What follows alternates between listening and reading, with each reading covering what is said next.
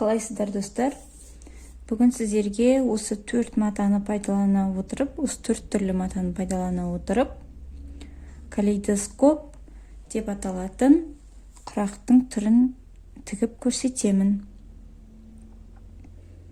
Ең бірінші бізге кез келген түсте, мен мына көк түсті аламын. Көзін қиып алу керек. Бұл ленталардың ені қазір менде 2,5 сантиметрден. 2,5-да 2,5 қылдырып, көзін қиып аламын бірінші.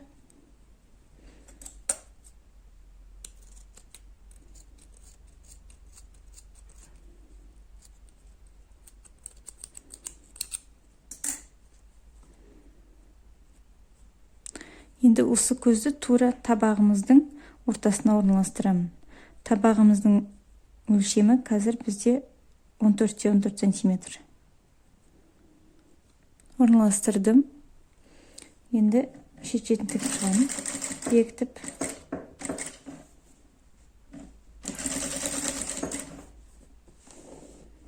Тартамыз. Енді келесі кезекте осы көк түсті мата емес, бұны әрі қоя тұрамыз. Енді кез келген келесі матамызды аламыз. Мен мынау түсті алатын болсам, осы. Жоқ, мен қазір бұдан да күлгін түсті алайын. Екі күлгін түсті бір-біріне қарама-қарсы жіберем.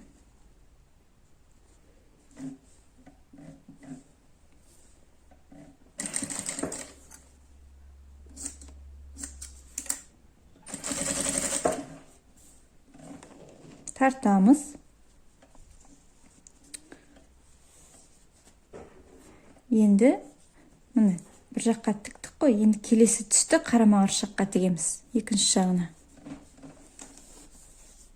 Мына жерге тіктім. Енді қарама-қарсы жағына келесі түсті тігеміз. Мен қарама-қарсы жаққа екінші күлгін түсті жіберем.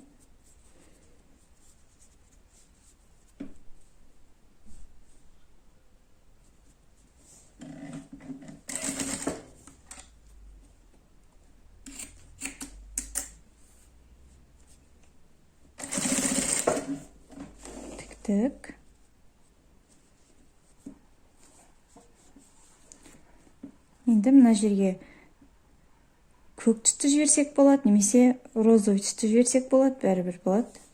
Екінші жағына тегеміз келесі түсті. Қазір мен розовый түсті аламын.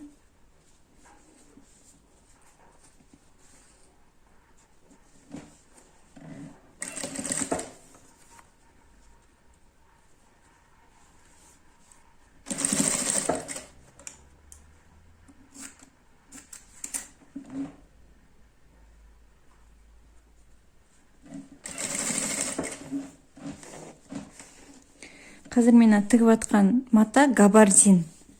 Кәдімгідей көрпенің астына қолданатын габардин матасы. Ашамыз.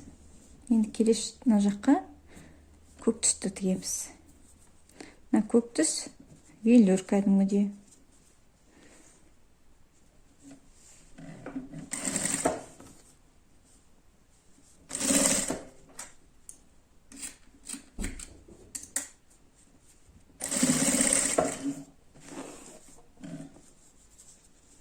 Ашамыз.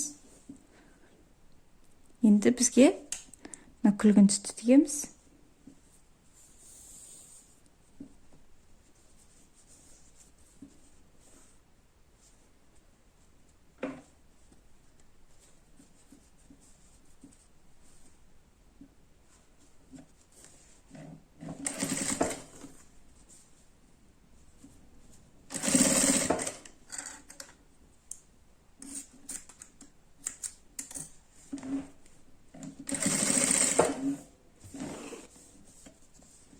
Ашамыз. Енді қарама-қарсы беттегі екінші күлгін түсті тігеміз.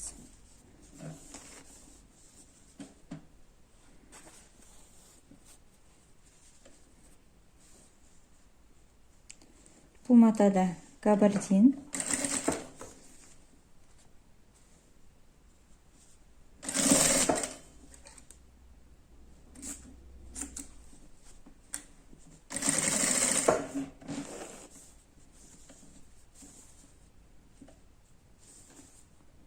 мына жерге көк түсті, мына жерге розовый түсті тігеміз енді кезекте.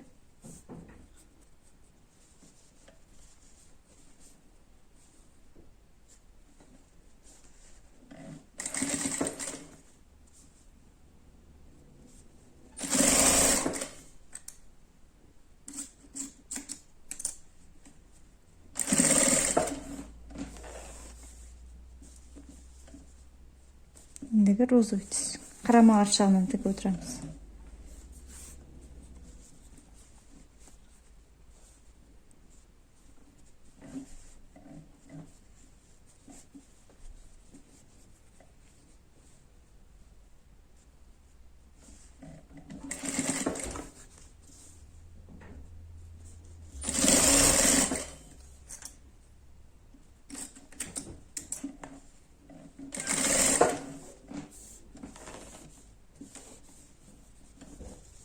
Ашамыз.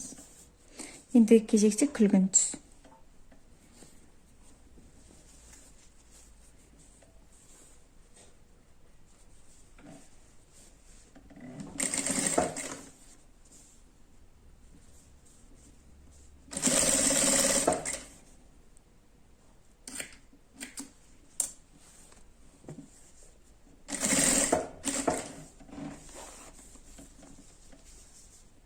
Ашамыз қолымызбен, саусақтарымызбен.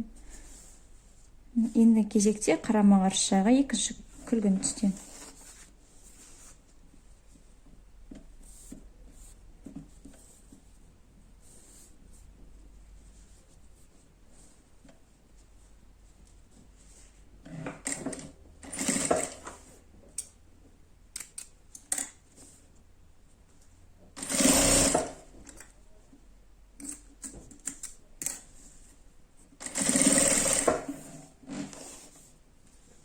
Ашамыз.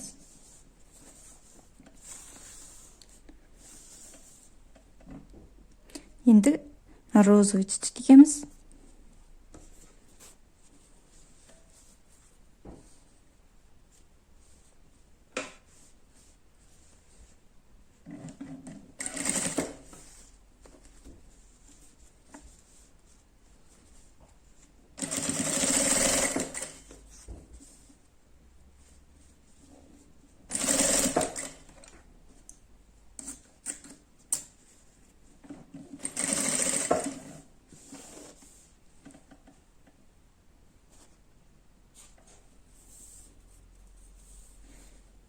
Ендігі кезекте бізде көк түсті.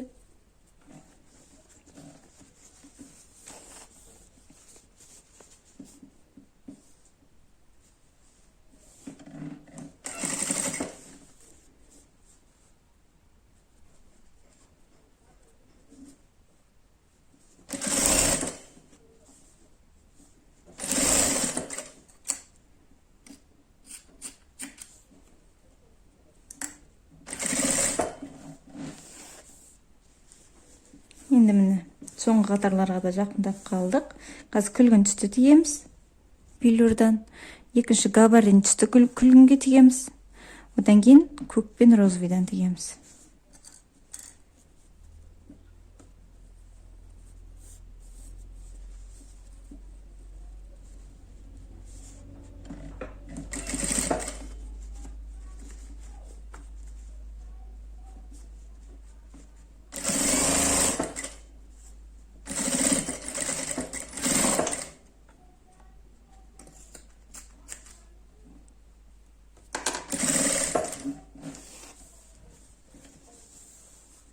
Енді күлгін түс.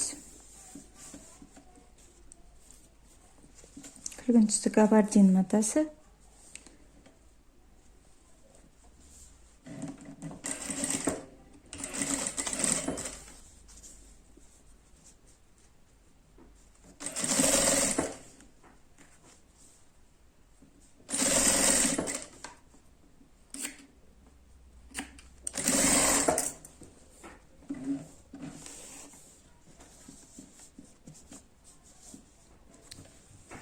Енді кезекте көк түсті мата.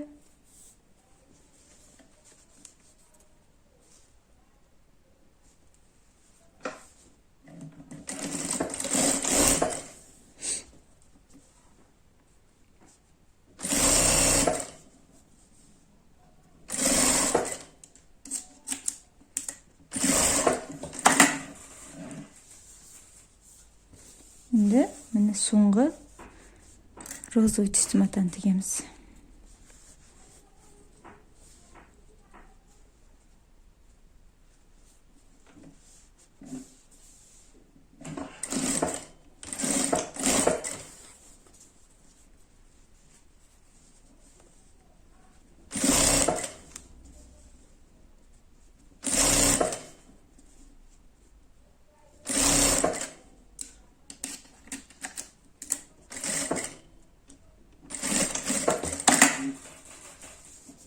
Жазамыз, енді жан-жағын бастырып тігіп шығамыз.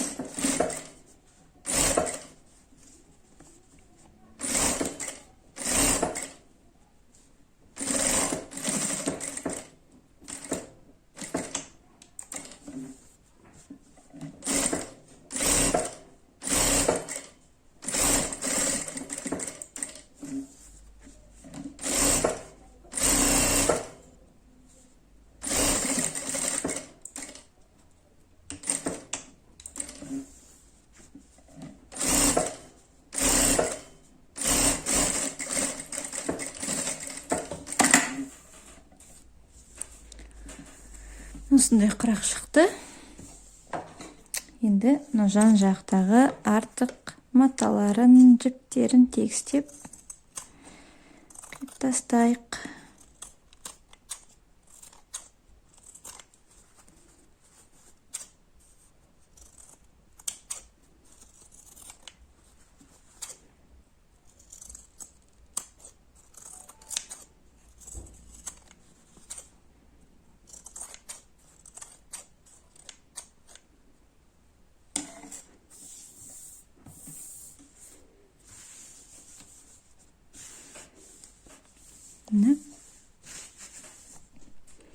Бүгін бізде осындай құрақ.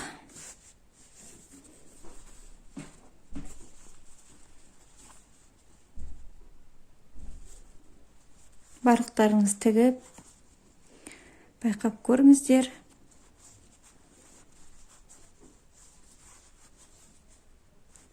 Міндетті түрде каналға тіркеліп, осы видеоға лайк басып, сұрақтарыңыз болса, комментарийға қалдыруды ұмытпаңыздар.